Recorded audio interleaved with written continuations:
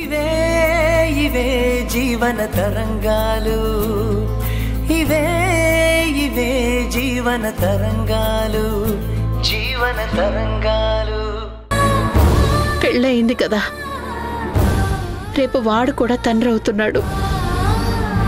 అలా రావాలని కోరుకోవడము తప్పే. ఆయన ఎక్స్ప్రెస్ చెయ్యట్లేదు, కానీ మీరంటే చాలా ప్రేమ ఉందత్తమ్మా ఆయనకి. వాడు నా కొడుకు, వాడి గురించి నాకు తెలుసు. సర్ది చెప్పొద్దు. అయినా నేనే ఒక్కో అనుబంధాన్ని వదులుకుంటున్నాను. అందరికీ దూరంగా ఉండాలని అనుకుంటున్నాను. సరే, నువ్వు బయలుదేరుతావా? నాకు నిద్ర వస్తుంది. నీకు పుట్టబోయే బిడ్డ నామకరణం, కీర్తి పెళ్లి ఒకేసారి చేస్తే నీకు డబ్బులు మిగులుతాయనే కదా నీ ఆలోచన. సరే, అలాగే చేద్దాం. నువ్వు వెళ్ళు.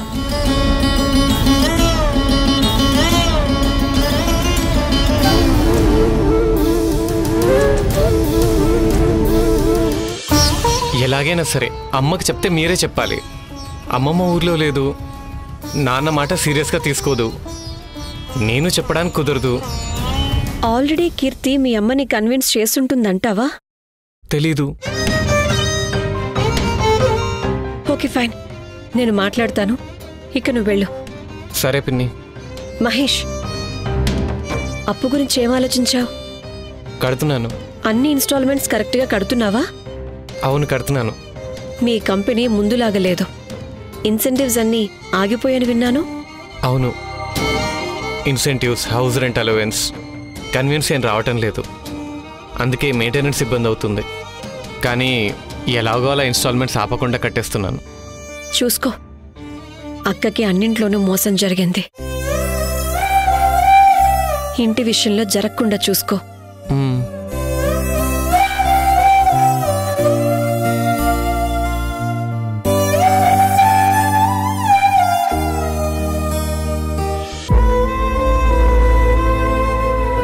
నిన్ను చూసి చాలా రోజులైంది కదా, అందుకే నీతో మాట్లాడాలని వచ్చాను. ఏంటో చెప్పు. ఎలా ఉన్నావక్క? అంతా రొటీన్, ఆఫీసు, ఇల్లు, అంతే. ఇక ఆయన లోకంలో ఆయన ఉంటారు. కీర్తి కాలేజ్కి వెళుతోంది, వస్తోంది, అంతే. అమ్మ ఊరెళ్ళిందని విన్నాను. అమ్మ కూడా అలసిపోయింది. నీతో ఉండొచ్చు, కానీ అలవాటు లేదు, నేనుండలేను అంది. నా మొగుడు ఇంట్లో ఉంటే అమ్మ ఉండలేదు. ఆయనేమో జరగాల్సిన నష్టం అంతా జరిగాక బుద్ధిమంతుడిగా మారినట్టున్నాడు. ఇప్పుడు ఇంట్లోనే ఎక్కువ ఉంటున్నాడు. అప్పుడప్పుడు ఎవరో లాయర్ ఉన్నారని కలవడానికి వెళ్తారు, వస్తారు. అందుకే అమ్మకి చెప్పాను, ఊరికి వెళ్ళి హాయిగా ఉండు అని. కీర్తి గురించి ఏం ఆలోచించావు? ఏం చెయ్యాలని? నేనేం ఆలోచిస్తాను, నేనేం చేస్తాను? చెయ్యాలక్క. తన భవిష్యత్తు గురించి ఏదో ఒక ఆలోచన చెయ్యాలి కదా.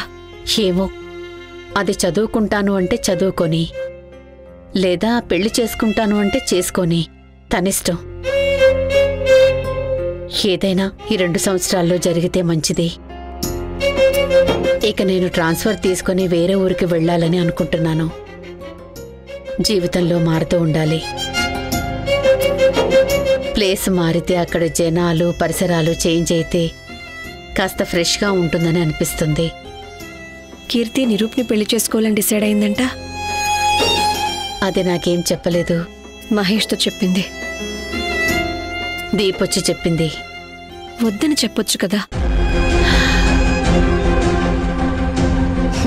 వద్దంటే ఎలా? పెళ్ళైతే కావాలి కదా. అవుతుంది. వయసు అవుతోంది కదా. ఏం అవ్వలేదు. నేను చెప్తుంది శరీరానికి వచ్చే ఏజ్ గురించి కాదు, మైండ్ గురించి. ఒక్కసారి మనసులో ఆశలు మూడుబారితే తిరిగి చిగురించటం కష్టం. తనేదో తన ప్రయత్నం చేస్తోంది, వదిలి.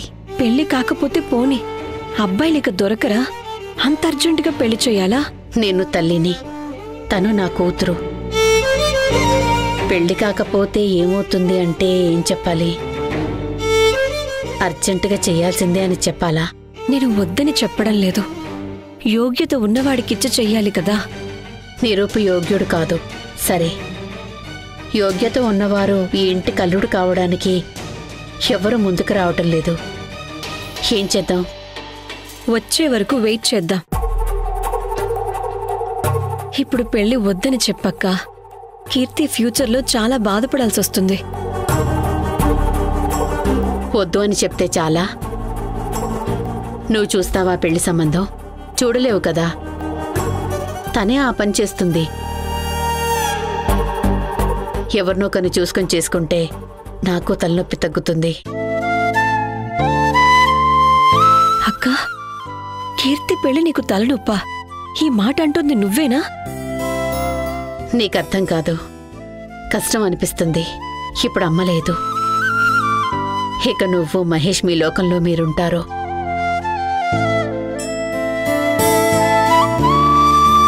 ఆయనకేంటి, వస్తారు, తింటారు, వెళ్తారు. ఇక నేను కీర్తి అంతే. తనకి రోజు రోజుకి పెళ్లి వయసు దాటిపోతోందని ఆలోచిస్తూ కూర్చోవాలి. అలా చూసేసరికి ఏళ్లు గడిచిపోతున్నాయి. కంటికత్తాలొస్తాయి. మొహంలో ముడతలు ఎక్కువ అవుతాయి. ఏదో ఒకరోజు మొహంలా కనిపించదు. ఎవరో పరిచయం ఉన్న వాళ్లకు తిండి పెడుతున్నాను అనిపిస్తుంది. ఆ పరిస్థితి రావద్దు అంటే పిల్లలకి పెళ్ళేడు దాటిపోవడానికంటే ముందే పెళ్లి చేయాలి. అప్పుడే అది తల్లిదండ్రులకు సంతోషం. కానీ నాకంత అదృష్టం లేదు. పాపం తనేదో తనకిష్టం వచ్చింది చేసుకుంటుంది. తన ప్రయత్నం తనని చేసుకోనివ్వు. మనం చూసే చూడనట్టుంటే చాలు. నా మొగుడు, నీ మొగుడు వాళ్ళ లోకంలో వాళ్ళున్నారు.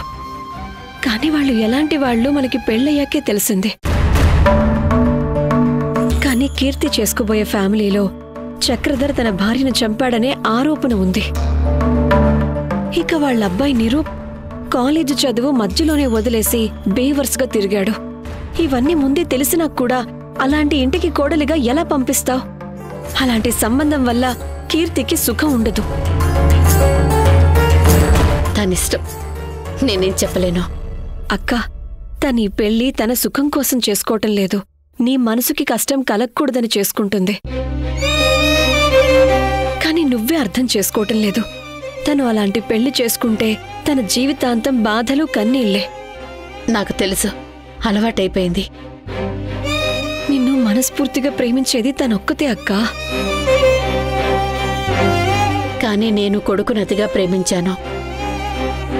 తనకు చిన్ననాడు కూడా సుఖం లేదు. ఏది తనకు ప్రేమగా ఇవ్వలేదు. కానీ అది నా మీదే ప్రేమను పెంచుకుంది. నేనే దానికి సర్వస్వం. అందుకే ఇప్పుడు కూడా అమ్మ మనసు ప్రశాంతంగా ఉండాలని నీకోసం బలిపశు అవుతుంది. అవ్వాలక్కా? నాకు ఏది వద్దు అని చెప్పాలని లేదు. తను అతన్ని పెళ్లి చేసుకుంటుంది అంటే నేను ఏడవాలి, చేసుకోకు అని చెప్పాలి.